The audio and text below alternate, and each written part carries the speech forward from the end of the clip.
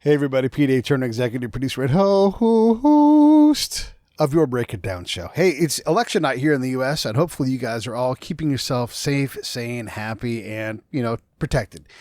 We all care about everybody here at the Break It Down show, whether you lean left, lean right, or stand up straight like we like to do. All right, a couple things we wanted to say.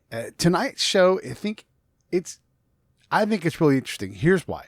We have on someone named Jennifer Bucholtz. Now, Jennifer is a former counterintelligence agent. Moi aussi. But also my commander, Erik Kleinsmith, who commanded a bunch of CIA agents, is here as well. He actually is co-producer, co-host of this episode.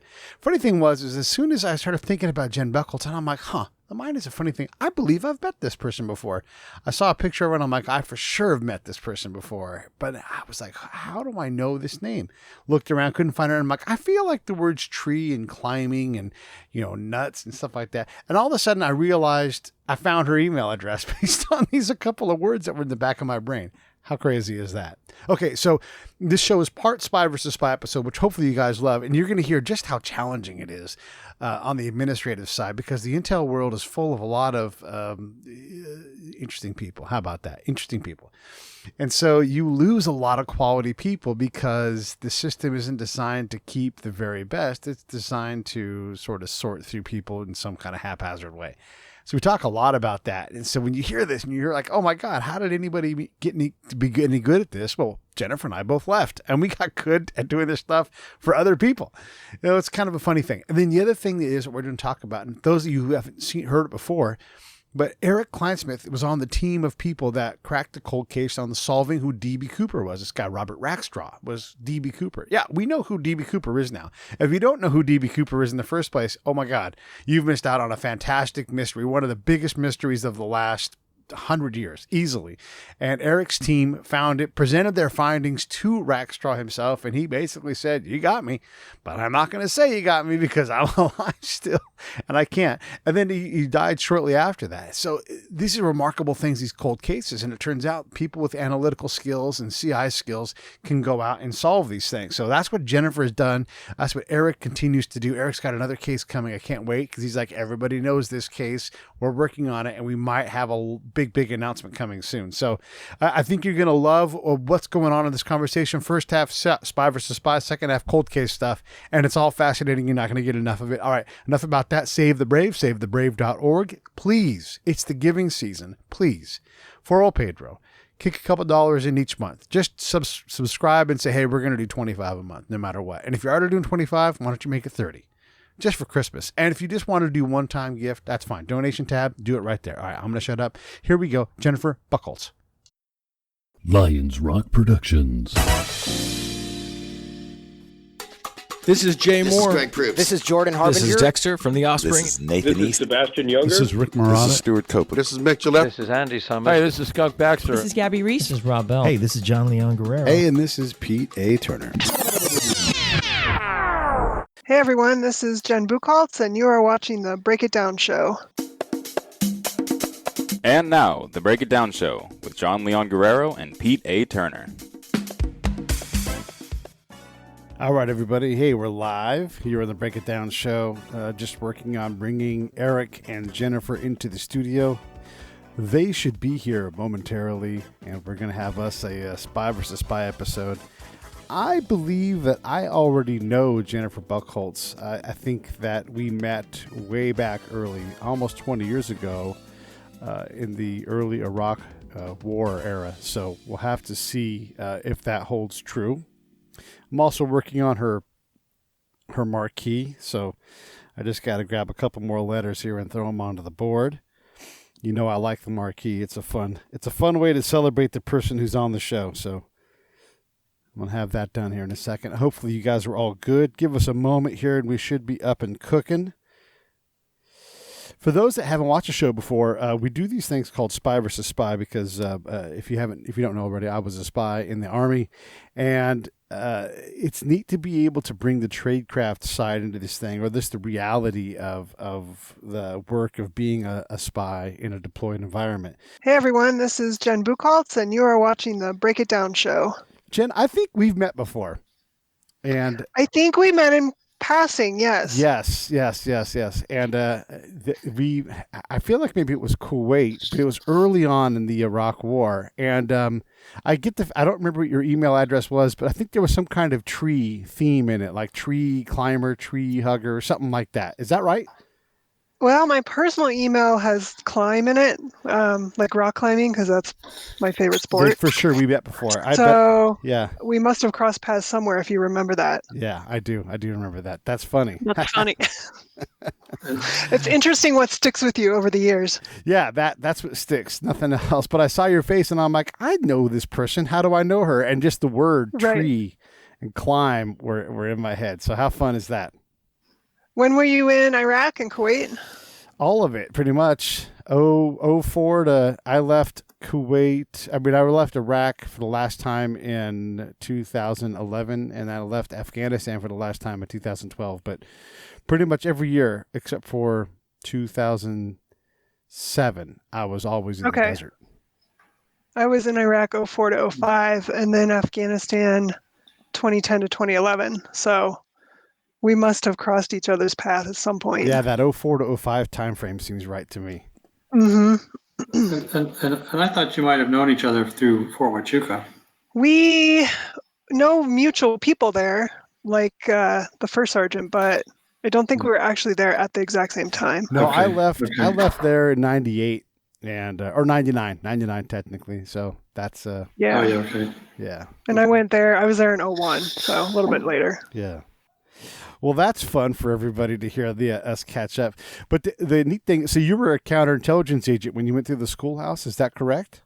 That's correct. Yep. That's what I went into the Army as. So it was my one and only MOS. Good. Same. Well, no, that's not true for me. I had an 88 November MOS because the military in the reserves thought this is what we need. And right. Well, they've changed it now. I think you have to be, my understanding is you can't just come in as an agent anymore. You have to have been in the military active duty for a while. Well, I don't know if you have to be active duty, but you have to have been in for a while and be an E5 promotable, I think. And then you can apply for the agent course. Is that right, Eric? Do you know? I know they were pushing toward turning it into, just as you describe, as an accessions branch where, you know, as you take it to heart, a lot of folks ask, well, how do I get into intel? And the real answer is do something else first. Mm-hmm. And then you're build a set of background that you're able to then to bring in.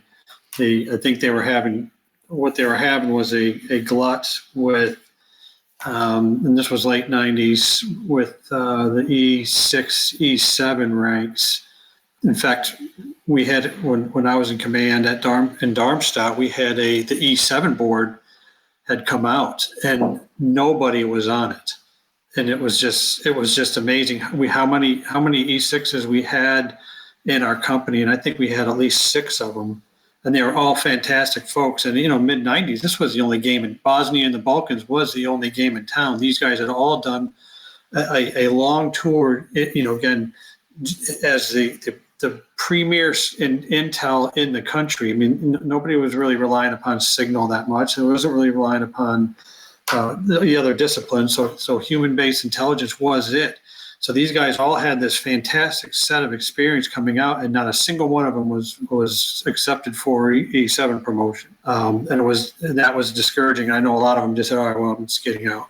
And so I think that's the trouble they ran into, is that there was, they said, well, we really didn't need that many E7s because we have a whole bunch of E4 and E5s. Then comes Abu Ghraib, and the troubles with the dismantling interrogation companies and then sending out folks who are not properly trained, I think from the same unit, to Abu Ghraib, and to have them run that prison and to find all the problems with that they ran into. So that would be behind the, one, let's make this in a sessions, bring in folks with a little more experience, give some little bit more maturity to the agents. But then at the second time, in the second case, they had gotten rid of all their interrogation, their human collection units at the core level. And so in the rush in the middle of the war on terror, they decided they needed to set up entire interrogation battalions and get them trained up as quickly as possible. So that's part of what I was doing, is they built an interrogation prisoner of war camp at Camp Bullis, Texas, which is just north of San Antonio. That's still functioning. They got mock-up walls and towers, and it's interrogation rooms, closed circuit video monitoring, so they can train different students with the questioning techniques. And then they even have role players. Those are the guys that I was in charge of that wrote all the scripts, came up with the pocket litter, all the details of it. Place is a fantastic location. It has everything but running water and sewage. So nobody needs that. Yeah, these guys have been there 7 years and they're still using pit toilets outside. So, Oh my gosh. yeah, so it's just one of those things where the Army thought they were getting a great peace dividend in the 90s by let's get rid of all our interrogators. We're really not going to need them because we're not going to be fighting the Russians streaming through Fulda Gap in Germany. And then all of a sudden we run into a scenario where human-based intelligence is really one of the only games in town, and the military caught themselves short in that case. So that's I can understand if that is the case. I just gave you all the reasons behind why they're doing that. And let me just accentuate what you were saying there, Eric, because right before you took command of Delta Company 165th, we were transitioning, even the agents, we were going to be strategic assets. And we were getting rid of all of our long rifles, and we were all going to carry 9 mils. Yep. We were housing the last remaining interrogators that were going to be in the, division. And there weren't that many of them, and they were all going away, and everything changed in an instant. It's crazy. I was at the deflagging or decommissioning ceremony of the Alpha Company, which was the interrogation company. They did it in the middle of the Lukovac coal factory, with the blackened ground and everything. They decommissioned that company, broke it down, and then just rolled all the interrogation assets into Delta Company with the counter intel folks and the remaining linguists and that kind of thing. So when I took command of Delta Company 2 months later, it was a mishmash of 150, linguists and counter intel, and they brought in a reserve company they called them Turbo Serbo. So they were a reserve company from California who were Russian linguists who they gave 2 weeks of Serbo-Croatian and then just let them loose. Well, the majority of the company was 20, late 20s, early 30-year-old blonde girls, which the misogynist society of the Balkans had wanted to have nothing to do with them anytime we sent a team out. And so we had these linguists that were just great. We can't send them out independently anywhere because nobody will talk to them or talk through them as interpreters. So it was just a mishmash nightmare of deactivating an entire unit in the middle of a deployment.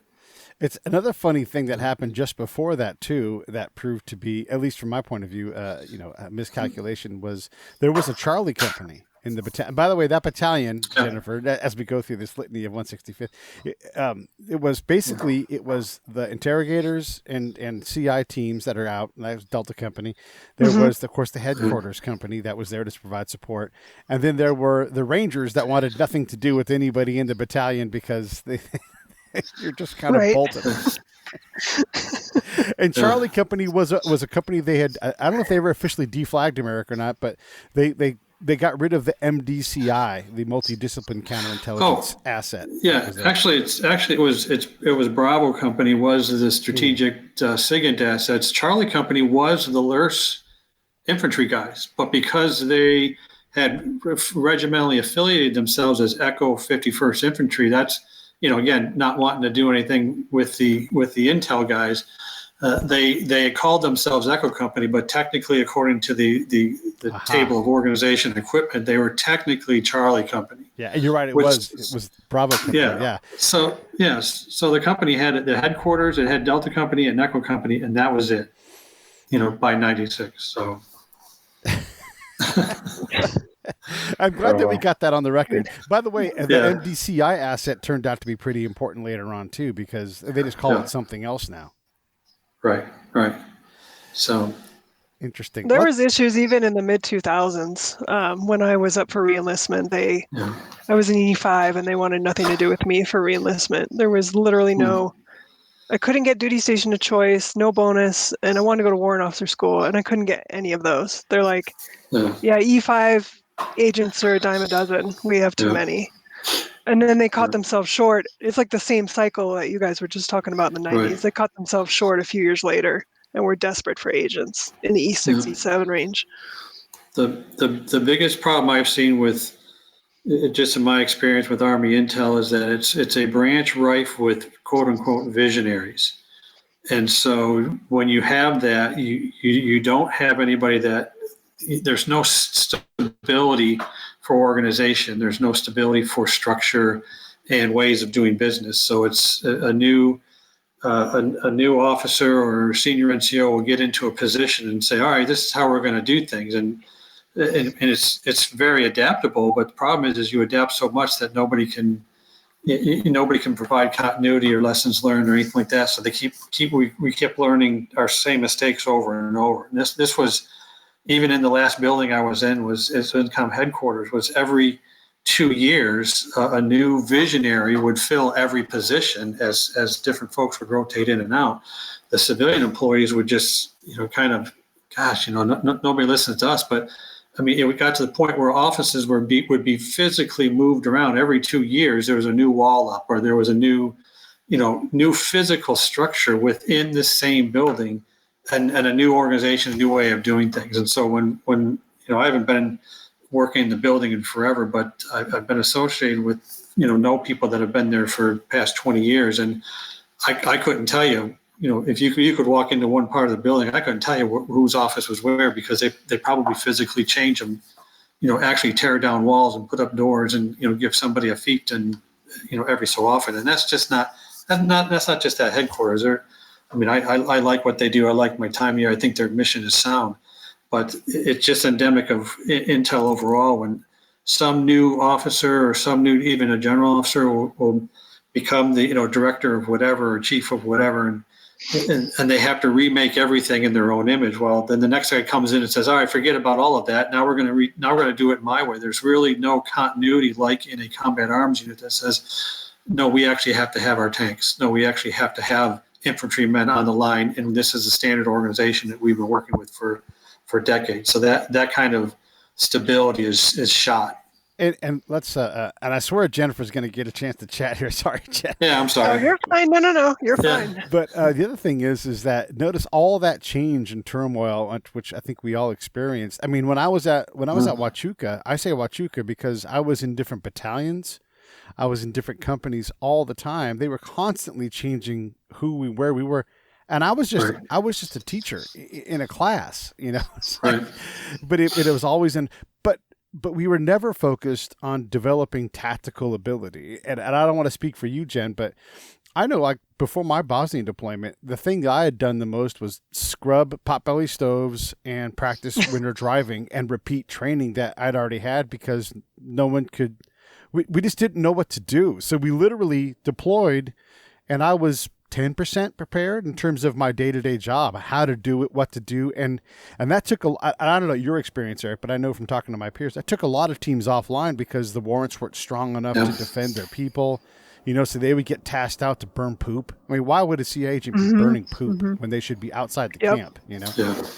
And so these things, they never focus on actual building capacity. I learned how to do this job, through trial and error and OJT, and that's just not a very good way to do this. In garrison, as a stratical asset, we practiced a surveillance once on a PX. Right. Good luck with that. Yeah. Right. It was good refresher training, but in no way it developed capacity. So, did you feel prepared before your deployment, Jen? Like, were you given anything besides some basic conversational practice? Well, my deployment was a little unique because I was active duty in Iraq. However, I wasn't working under the big army. So I had a very unique experience working for an agency under Department of Defense while I was there, or being assigned to them, I should say. And so we didn't travel around in, up armored vehicles. We weren't in uniform. Obviously, we were armed to the T, but we were in civilian clothes, and we drove low-profile vehicles that had been obtained from the local economy. And a lot of people are shocked when they hear that. Like, why would you ever go outside the wire in unarmored vehicle. Well, actually, it turned out to be safer because you throw on a headscarf, take your sunglasses off, and you just look like another local driving around. So my unit suffered very little in terms of injury. No injuries outside the wire. Actually, our injuries were inside the wire, either from, rockets being fired in to the green zone, or we also had two, Pete, you might remember this, but when the Green Zone Cafe was attacked by a suicide bomber, and then the souk attacked just a few minutes later by a second bomber, basically simultaneous attacks. We did have people in those two places who were injured, but fortunately no deaths. However, we did have to evacuate a couple to the rear for treatment. And then in that time, as you were, going out into town, I did a lot of this stuff too, because I ended up talking myself into working for the SEALs, and they're like, we have cars, we have dead people, we can always make both of those things show up, so we would go into town and have meetings, and they'd be really hasty meetings, in and out real fast. But I was trained from Bosnia. I was trained to do that. I knew what to ask about. I knew how to get to it quickly and get on the road again. So I was valuable to what they did. But how did you guys operate once you got out of those cars? That's a question I get asked a lot. Like, how did you blend into society? I didn't try to personally. I just said, yeah, I'm here to ask questions, find things out, keep people safe. Can we have a chai? That's how I did it. But how did you do it? For the most part, we weren't out of our vehicles when we were outside the wire. If we had to go pick up a clandestine source, which I often helped our case officers with, I'd pull security for them. We would bring that source back to the green zone or to another safe, considered a safe haven, which we had several set up around Baghdad. But we were not actually out in the community walking around. If we were out in the community, we were in the vehicle. Because obviously, you can't see me right now, but I'm 5'11" and I have light brown hair, blue eyes. I obviously am not going to blend in well, even with a headscarf on. So, so we did most of our operating inside the wire, or most of our meets, I should say, inside the wire. But the interesting part of my job, or one of the very interesting parts, was I did the force protection for our unit. So, like when I got there, most of our COs were just running Route Irish, which was the most dangerous 4-mile strip of highway in Iraq at the time. And so I made it part of my duty basically to find them alternate routes to get around the city so that there was less targeting going on, because Route Irish was the main thoroughfare between the Green Zone and the Baghdad airport. And so, the bad guys knew that there was going to be convoys and Americans going down that road constantly. So they would just sit out there and pick them off or set up car bombs on the side. I took it upon myself to find a lot of alternate routes that turned out to be really useful and I think kept our people safe. In terms of questioning, I think I had gotten some good experience because I'd been stationed in Korea for a year prior, and I'd been the agent in charge at a remote location in Korea, and we had about 25 or 30 sources that we worked with on a regular basis. So I got some really good experience there in terms of source meetings and intel report writing and questioning techniques. And so I was very fortunate to have that real world experience under my belt. Do you have a question, Erik? No, I was just, one of the things that intrigued me about Jennifer's background was, she has had the same, a lot of the same experience that you and I have had in different areas and different mission sets. But one of the big things I wanted to ask her about was what led to your transition from military and operations to, quite honestly, academia and investigations. Well, my education is in criminal justice and forensic science. Mm-hmm. And there's some overlap to counterintelligence in there, but they're really quite separate disciplines. Mm-hmm. And so after I was out of the military and I contracted for about 7 years, and then basically my husband's like, are you ever going to come home? Because you're never here. And so I gave up the contracting and I was just looking around for other options for employment, and American Military University popped up somehow, and they had an opening for instructor in criminal justice and forensics. And so I applied, got the interview, and obviously got the job, and then it went from there. But over the past several years since working at AMU, I've done some other contract gigs on the side, some involving surveillance, some overseas training for the State Department. So I've had some pretty interesting experiences in the last few years too, and those have sort of put me in the direction of more the criminal investigation type field now. And so I went and got my private investigator license a couple years ago here in Colorado. I've done a couple things under that, and I'm really just trying to work towards contributing more to the field of unsolved crimes, because I'm just finding it's overwhelming, the amount of unsolved crimes in our country, and the burden law enforcement is trying to carry that they just can't keep up with. And I think I have some really good skills to put towards that field. And there's a lot of other people out there who can too. So I don't know if that really answered your question, but explains a little bit, I guess, about my background and how I've morphed over. Was there ever a moment when you thought about, like, really seriously thought about re-enlisting when you were in that window to do it, or was that already over at that point? No, I wanted to. My plan was to re-enlist and go to warrant officer school, but because I was not E5 promotable, and that's because I had been deployed to Iraq, I couldn't go to the board. Yeah. So there was just no incentive to re-enlist. And they're like, well, you can extend your contract another 18 months, go to the board, get your E6, and then we can talk about re-enlistment. But I really disliked my unit that I was at. I'm not going to name names, but I had a really horrible NCOIC that I just didn't get along with at all. And I was like, I can't imagine working for this guy for another 18 months. And then on top of that, I was recruited by a DoD agency to do covert surveillance work and force protection work on a contract basis around the same time. So I was like, well, maybe this is what's meant to be. And so I obviously did not re-enlist, and I took the contract job and stayed with them for the next 5 years. Did you find that the Army in general wanted you to stay in? Was there anybody above you championing, like, hey, we need you to stay? I mean, regardless of what schools or experience, like, you just need experienced people to stay. Was anybody an advocate or a guide or a mentor in terms of, like, warrant's good, but you should also consider this or that? Did anybody pick up that burden for you and guide you at all? I had several warrant officers along the way who definitely encouraged me to make a career of it. And in fact, some of them I still consider some of my top mentors out of any job I've had. And so, yes, I definitely had people rallying and like encouraging me to stay in. And but when it came down to it, I had no support from the unit I was at.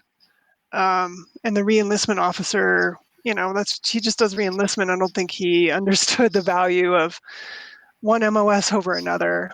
So nobody was really pushing for me to stay in at the very end, if that's what you're asking.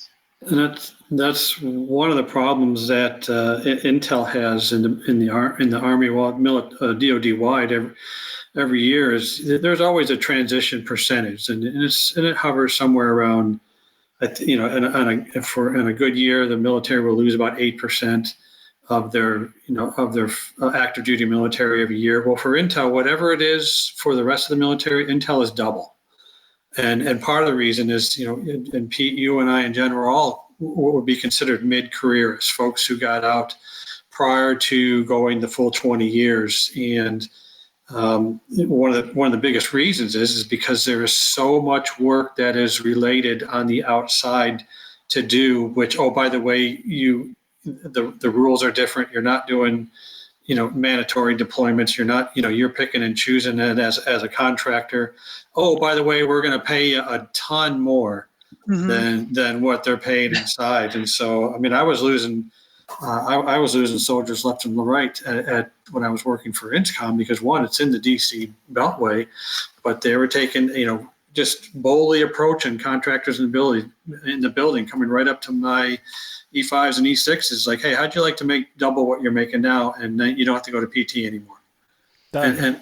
And done. Not a problem. You don't have to deploy if you don't feel like it, that kind of thing. But when I did leave the military, and I asked Jen if you had the same thing, is like there's always an exit interview that they'll go through just to ask you some basic questions. And one of them is, did you have a mentor? Which is exactly what Pete just asked you. And as soon as I heard that, the first thing that came to my mind is like, you mean, did I have a sugar daddy? No. I mean, I had several mentors, but I had no one that was carrying me from assignment to assignment, making calls for me to do do this choice assignment or whatever. I had one general officer stand in to extend my tour at INSCOM. It was then it was the INSCOM commander, General Noon, and he did make one call to branch to allow me to stay and not have to make a decision to leave within a few weeks on to the next assignment at Fort Bragg or Fort Hood or something like that. But beyond that is what they've identified. That was a big key piece. If you do not have somebody you considered a mentor, and a mentor besides somebody who can make a career decision for you, somebody who could make some calls for you. Nobody manages your career better than yourself, but it sure is nice to have one of the 300-pounders, on your side when you needed it, and folks who did not have that, who didn't establish that, and I admit that, like myself. No, that was it. I mean, that was it for your career. So there is a big hemorrhaging of intel on a regular basis, and part of it is the ability to mentor folks. And intel gets such a crazy series. At one time you're working with operators in counterintel, then you're working with SIGINTers, which are they're glued to a computer screen all day. It's a totally different mentality, totally different, and they don't mix. All these different personalities in intel don't mix. Hey, this is Pete A. Turner from Lions Rock Productions. We create podcasts around here, and if you, your brand, or your company want to figure out how to do a podcast, just talk to me. I'll give you the advice on the right gear, the best plan, and show you how to take a podcast that makes sense for you, that's sustainable, that's scalable, and fun. Hit me up at pete@breakitdownshow.com. Let me help. I want to hear about it. All these different personalities in intel don't mix. When I was in Delta Company, before you got there, Erik, one of the things that the previous commander had said was this deployment will not slow down careers, which you knew instantly was nonsense because you couldn't go to PLDC if you were deployed, and you had to have PLDC to promote. So there were all kinds of E4Ps that promoted, or E4s that wanted to be P, which is promotable for the audience. And then at one point, Brian Fuller, my good friend Brian Fuller, and I wanted to put in OCS packets. And we called back to the rear, figured all the logistics out. And by we, I mean Brian, because he was in headquarters. And he's like, it's going to take us less than 72 hours if everything goes right. Worst case is that we have to catch the next plane because some administration function didn't do it. But for us, it'll be all running around no rest. And I'm like, I'm in. Let's do it. We put 4187s in to request to go back to do this. And we're absolutely rejected. Not a chance. We're not going to send you guys back on a vacation. Out of hand. And I think that was because of the prevailing belief that, and it wasn't just the previous commander, but up his chain, that they thought, again, this is the first major deployment for the U.S. Army in decades. Yeah. Anybody who goes here is going to be golden for promotion and advancement and everything else. And that just simply wasn't true. Yeah. And then as I was getting ready to get out, my time to re-enlist decision, it all had passed. I was literally on the doorstep of ETSing. And my commander calls over to the CIFSO course where I worked and calls my warrant officer. And he didn't even actually ever get through to me because the chief's just like, too late. He's leaving. Bye. And hung up on him. Oh, wow. But not even no one gave a fuck about me except for my NCOIC, who she's like, just get out. You're in this trough between people and you're never going to get caught up. Yeah, it's like saying leadership is one of the biggest problems in my intel faces. I had to write my own end of service award. Jesus. Wow. And I I had to run down the hall to get an infantry lieutenant colonel to sign it and say that and submit it for me because my boss was on some TDY or whatever and just never got around to it. So I wrote my own award, and they finally called me after I was on terminal leave and said, we need you to come back in and get this award. Will you put your uniform back on? And actually it was beyond, after my terminal leave. I said, no, I've already ETS. If I put a uniform on, I'm breaking the law essentially. I'm not, it's like, it was amazing. So I had to go back in a suit, suit and tie, and receive my end of service award that I wrote myself. So that's outrageous. my PCS award out of the 165th was even better. I was a month ahead of you guys in redeployment. And so, because I had to out process because that's just how the timing worked out. And so my end of assignment award, my PCS is for the audience. It's just like, hey, thanks. These are the great things you did. I had just gone on this amazing deployment and done all this great stuff. And I stood there in the battalion headquarters in the dark with an E4, and he's like, "Attention to orders." And it was just the two of us, and he was clowning it because my gosh, it was ridiculous. But the thing was, I was so pissed off at the leadership, present company excluded, that I didn't want to stand in front of those fuckers. I wanted nothing to do with how I'd been treated and lied to. I was get me the fuck out of here. Yeah, it was. Well, when we left the Balkans, between myself and First Sergeant Owen, we wrote every single award for the entire company. We personally, we had to do it because it got to the point where, I put people in for awards. All right, you didn't cover this guy. How come you didn't cover these guys? How come you didn't cover these guys with this one? And finally got to the point where we were excluding. Well, we got down to there was only 6 people who weren't going to get one, and then the message just came down. All right, just write one for everybody. So we ended up it was just a paper. At that point, it just became a paperwork drill. We were disgusted by it, but that's only we were there for 3 days just writing awards. Trying to do the best we can, trying to make up whatever we could. And it was really rubber stamping the entire effort. So Jen, Pete, I felt the exact same way as you at the end. I'm not trying to toot my horn, but I got a Bronze Star when I came back from Iraq. But they, on my last day at my last unit, when I'm out processing, they wouldn't give it to me unless I did what they wanted you to do, which was go get my Class A's and get up in front of the whole unit. And I said, no. I said, well, it's on my record. You can either choose to give it to me now, right, or I'm walking out of the building. I don't care. But I'm not getting up in front of these people some of who really almost tried to, did kind of mess with my Army career and pretend that they actually support me. So yeah. They finally gave it up, and I just walked out of the building with it in my hand. At Huachuca, I was an E5. I was E4 who ran the S2 for the battalion of 1,000 people, but it was actually just it's such a crazy thing. Anyhow, and then I worked in I was always 2 grades, if not more, below where I was supposed to be because I really shouldn't have been at Huachuca. I just lucked out. And so they put me in for an MSM, which is wholly appropriate for my peers and the work I was doing. And they downgraded that thing to an ARCOM or an AM, I don't know, something. And I threw the thing in the garbage when I got back from the word ceremony. I was like, it's an insult. That's unfortunate. It's an insult. Yeah.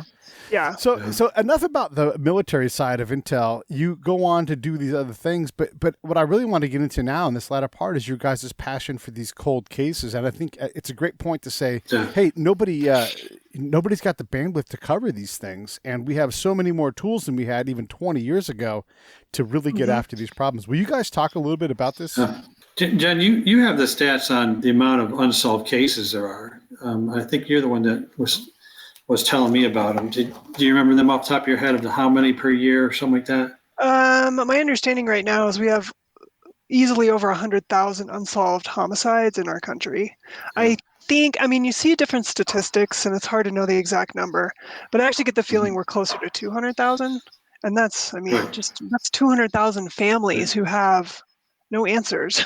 Right. That's and a percentage of those, the victims have never even been found. So they don't even have a body. And but at AMU, thanks to Erik and a couple other people, we're starting a cold case club that we're working on establishing now. So I'm really excited about that. And part of what, and I actually met Jennifer actually a couple of months ago. It's because of a cold case, which we can't even talk about right now, but I'm sure it'll come to light soon. But, Pete, because I brought Tom Colbert on the show last year, we've been working the DB Cooper case since 2011. And, that's our guy, Bob Rackstraw. He passed away last year.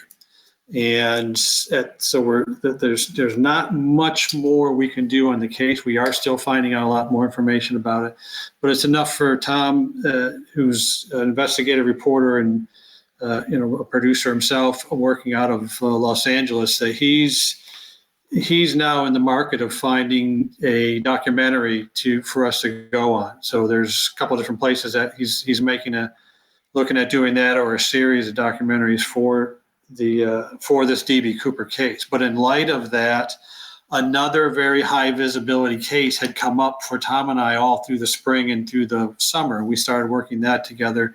And then and as I have to brief my leadership on, oh, by the way, I might have to go fly out to a certain location and do a dig or to interview or do a part of this documentary or whatever, as working with that and through our marketing folks and through our academics, I got word from one of our VPs of marketing. Says, there's a professor, Jen Bucholtz, who's working on another case, and it is another high visibility case. And she's been working with a guy that's an investigative reporter himself, who's been working on this case for 5 years. And you guys should get together and talk. And so I, immediately made contact with Jen, got her linked up with our cold case team lead, Tom Colbert, and it's just, we found a pattern with some of the things that we've been working, in that for a lot of the cold cases, they're as even the ones that haven't been solved over a year, but some of these that we've been working on, like Cooper itself, the next year is the 50th anniversary of his jump, and it's still quote unquote unsolved, one of the only unsolved cases in FAA history. But what we're finding that is a lot of the traditional approaches that you do for investigations, we're kind of turning that on its head.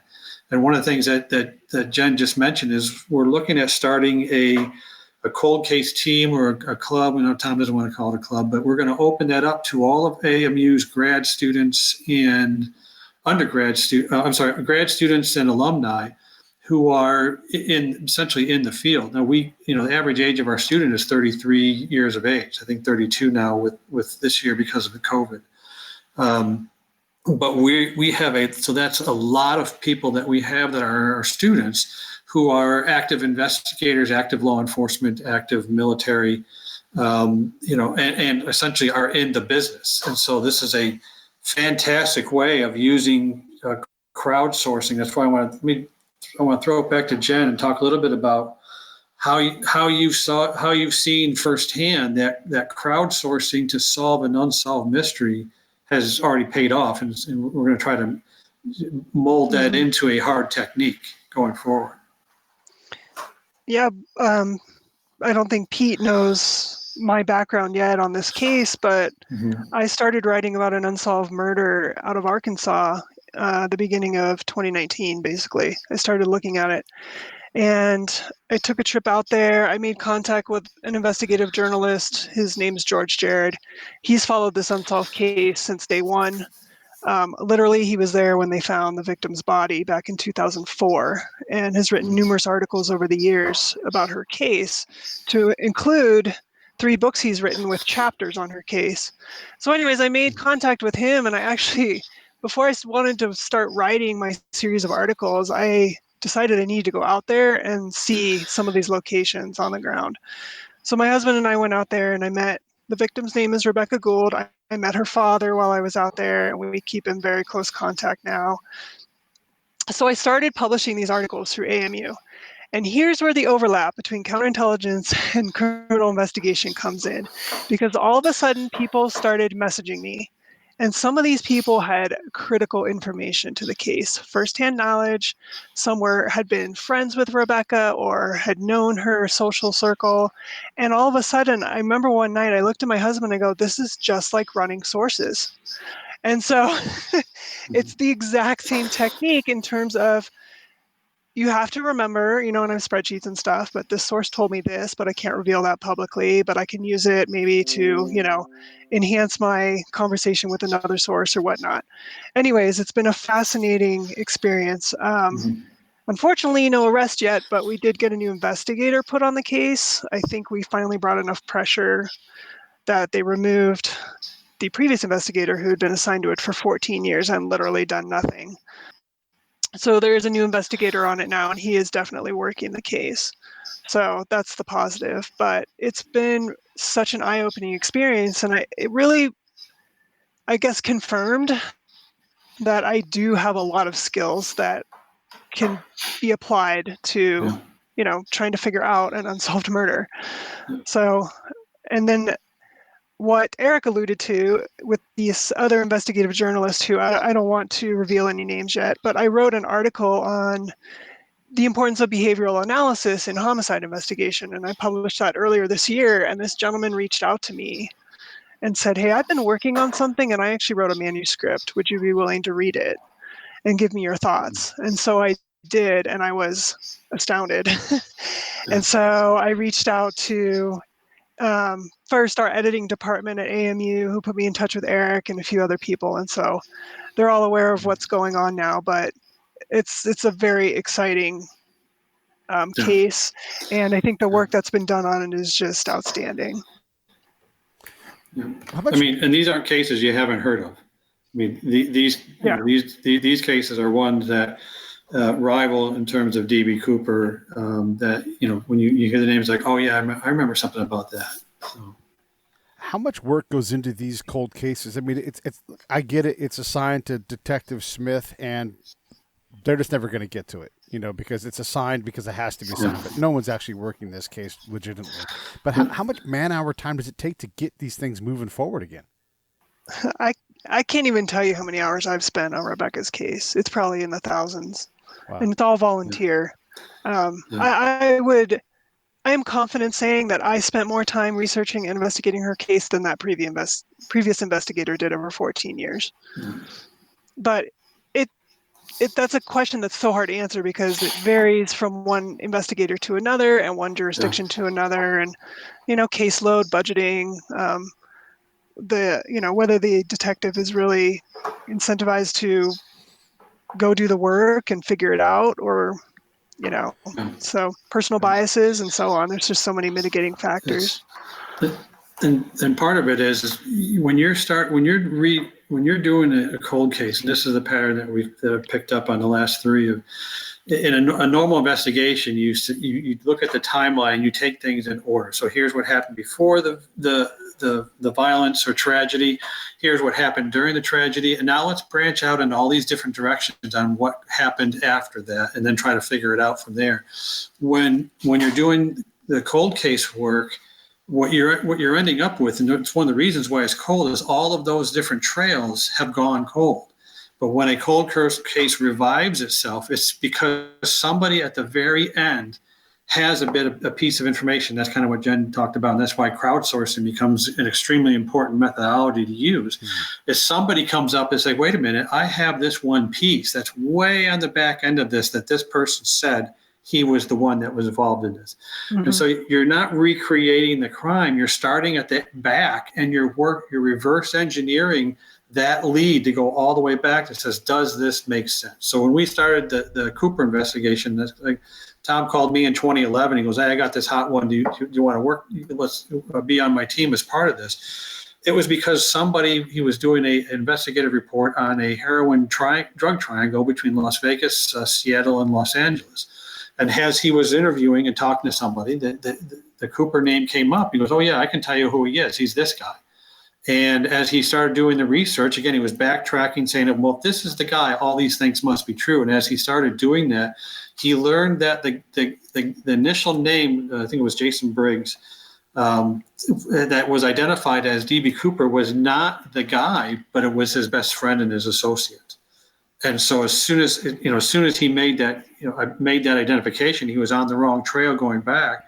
But as soon as he jumped over, everything fell into place. Now, it got to the point where we turned over 100 pieces of evidence to include his DNA, to include 2017, we sent a team out into the northern wilderness of California to dig where we thought he had landed and where we knew somebody had come up and said, yeah, I picked somebody up here on this same evening. I took him in my small aircraft, so we know who picked him up, flew him away, when he changed planes, where he went from that point. And none of that would have been true or been verified if we couldn't find a piece of physical evidence. Well, we went up and they found a piece of the parachute. Yeah. And that's part of the rest of the story for Cooper, is just that by reverse engineering that crime, we found this piece. It was the strap for the reserve chute. So that little Velcro strap is actually a snap strap.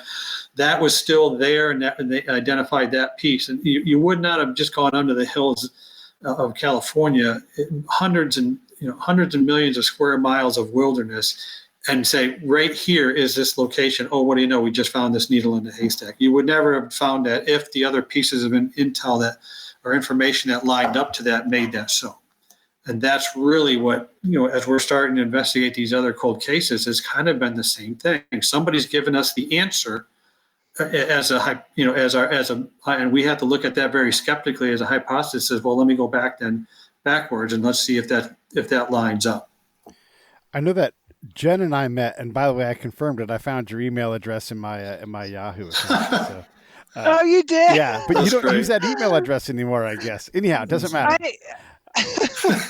So you and I met. We kind of both remembered a little bit, but it's not even quite 20 years ago that happened, and I couldn't tell you too much else about that meeting. So when you guys are doing these interviews and talking to people, and we know memories are fallible things, how you look at like a case like the Zodiac Killer, which is super complex, and there are so many, like it has to be this guy, except for they all have a fatal flaw where they can't be that person.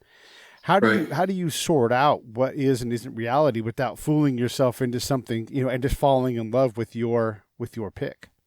I mean, the way I go about it is I start with only the known facts and the known evidence. I push away everything that everybody's ever said.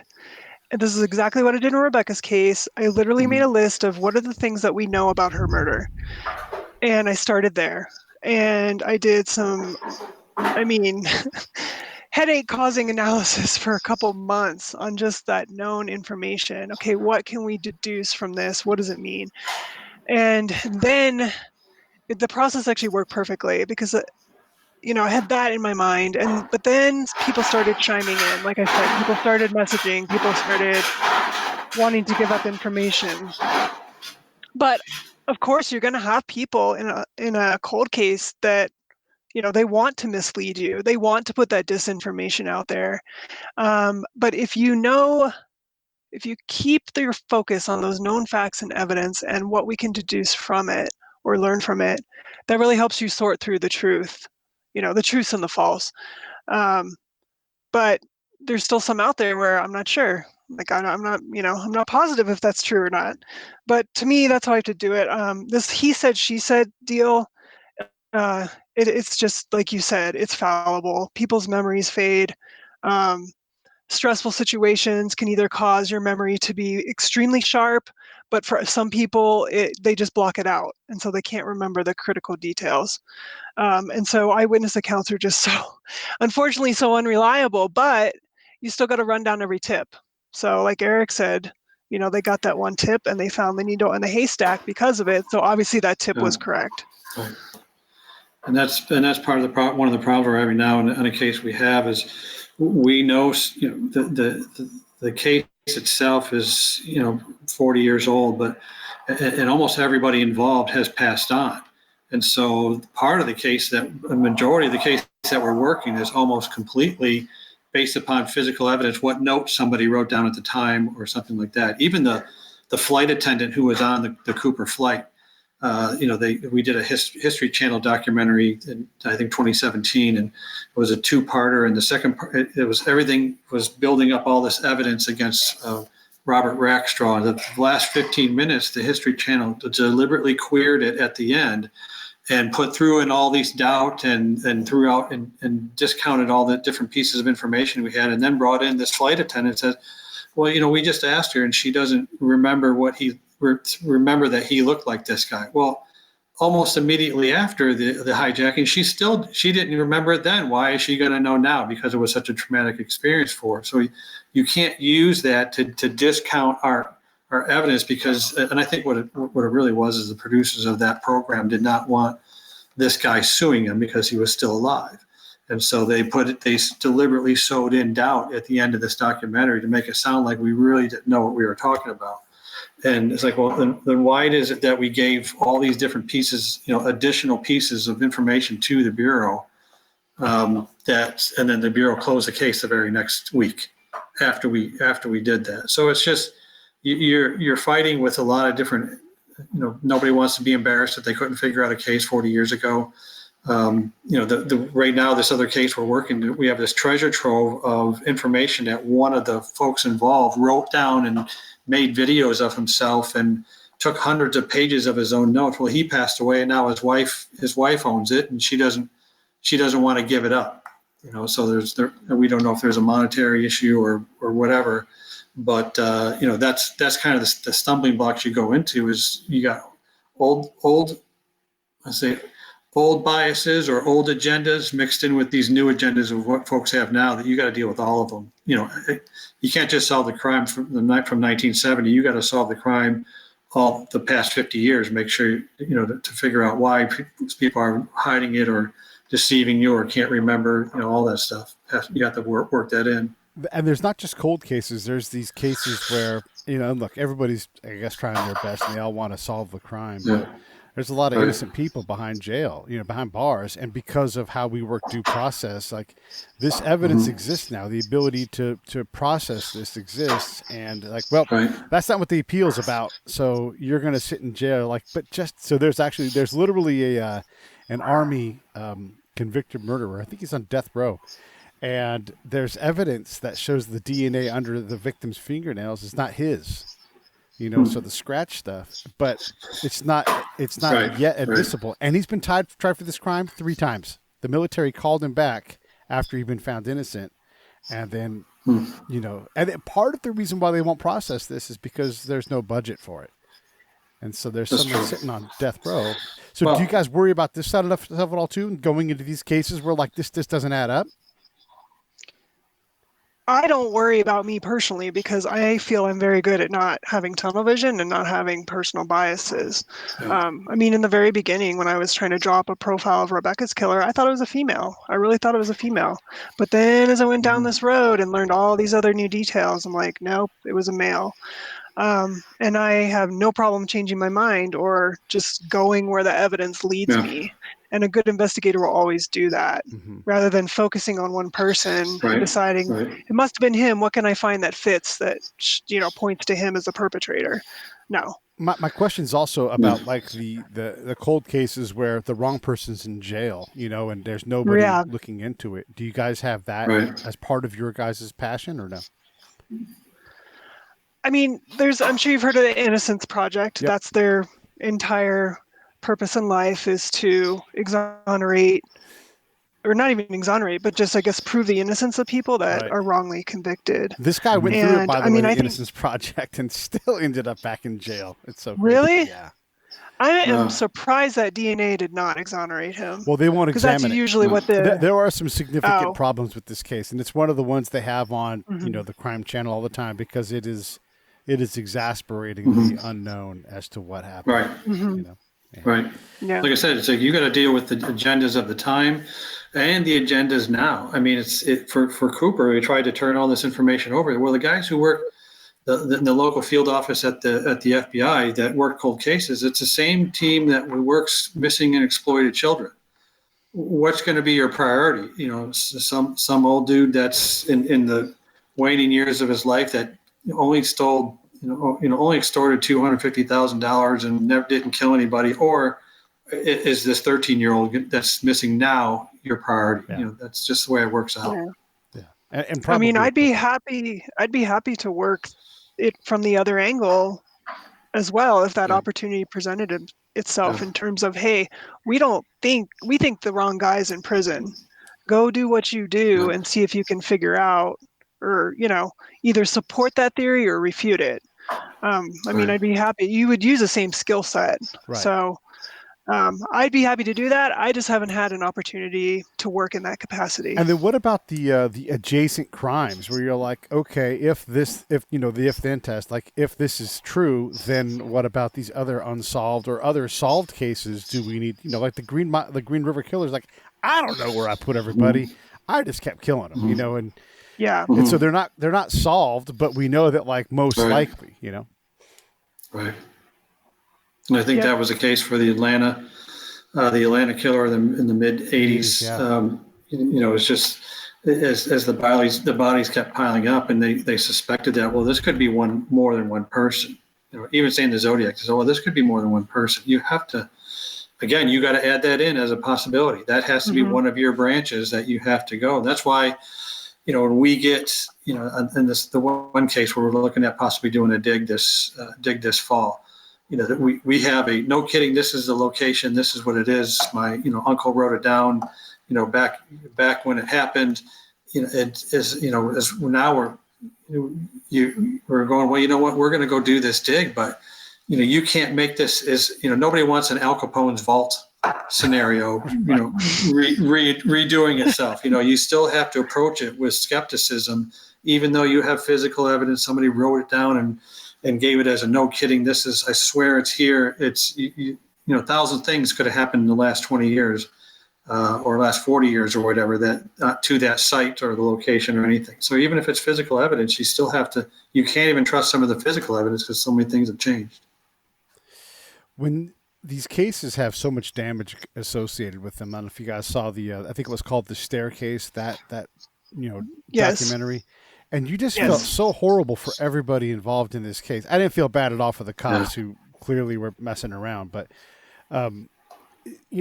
if the family's like, let it, the victim's family's like, just let it go. Like, it just, we want to be done with it. They're not coming back. Do you just walk away, or do you still feel compelled to solve the thing? I mean, I still feel compelled to solve it because in reality, I mean, we've run into this in Rebecca's case, actually. There's two of her siblings that don't want anybody looking into it, which to me is a little bit suspicious, but it unfortunately doesn't really matter in the end what the family wants. Like, if the law enforcement agency is assigned to solve it, they're supposed to do whatever they can to solve it. And I would think whoever's been buried in the ground as a result of murder would want it solved, no matter what the wishes of their family were. Right. We got to the point on a couple of the cases that I'm working with Tom and Jen, that we're not really doing a hard investigation. We're now at the point where we're doing historical research because everybody involved has passed away. Yeah. And even the family, the children of the victim are getting close to 60, 70 years of age. So it doesn't matter at this point. You're still seeking, I guess you call us idealists or whatever. It's like we're still seeking justice no matter how old it is.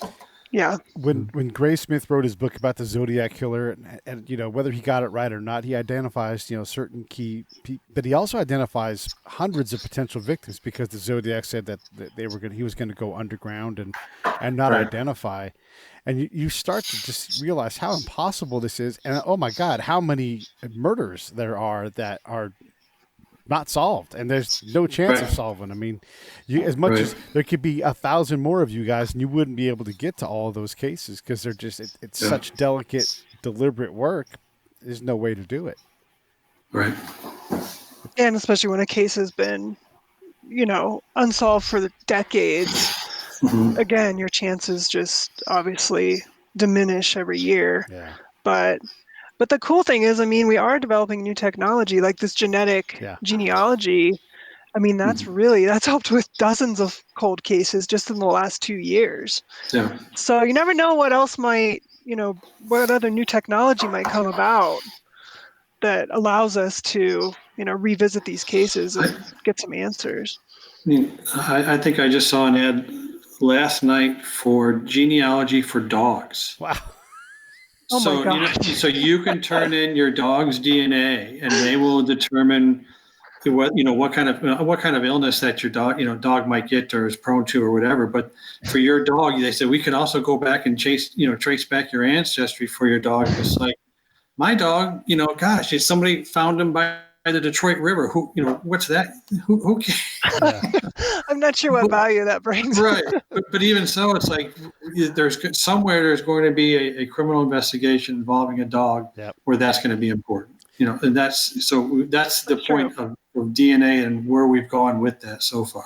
With the eruption of DNA technology and the ability to bring cases to bear based upon it, what are your guys' thoughts? Does it Is there a Fifth Amendment argument against that? Where I won't give you a swab. I can't be forced to, testify against myself. They're like, well, we went through your trash and grabbed your Kleenex, and it seems like that would be. I'm not saying right or wrong. I'm just saying that seems like like, hey, you guys forced me to testify because that is me, right?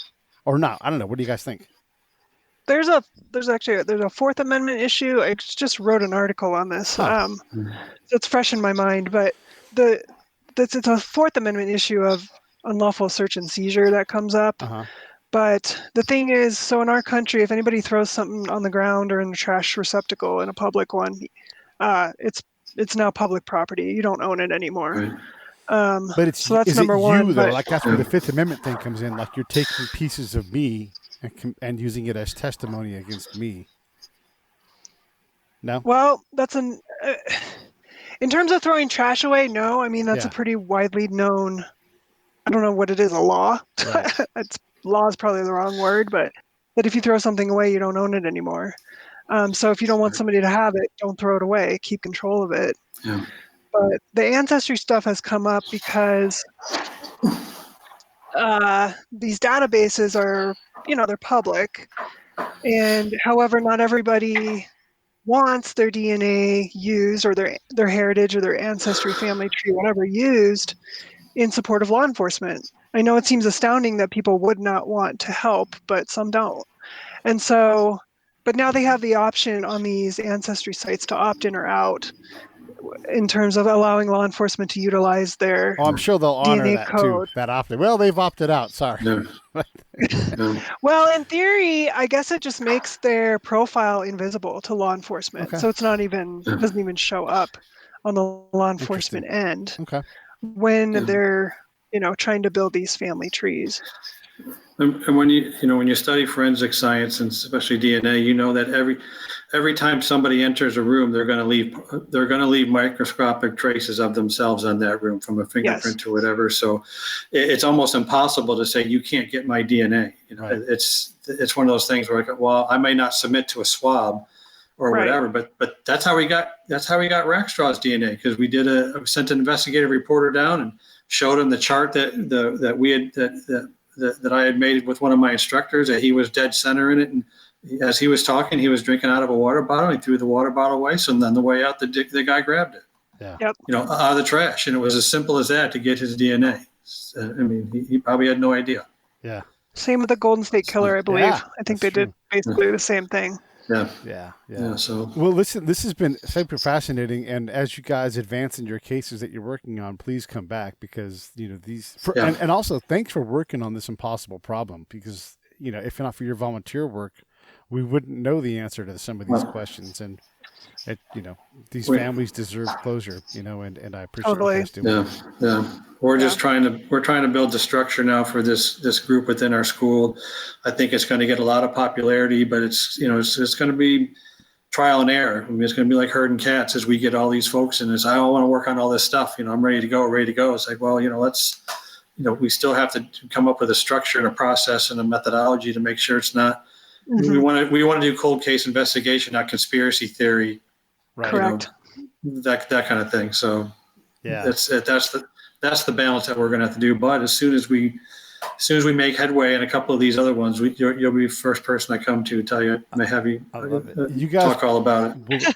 You guys will appreciate this. We had a guy on. He and his partner wrote a historical thing, and they did the same kind of thing, cold case, and they went back and they figured out that because of nightshade poop deposits near the Capitol, or not the Capitol, the White House, it was contributing to the death of people like Willie Lincoln, Zach Taylor, all these, all these folks that died suddenly.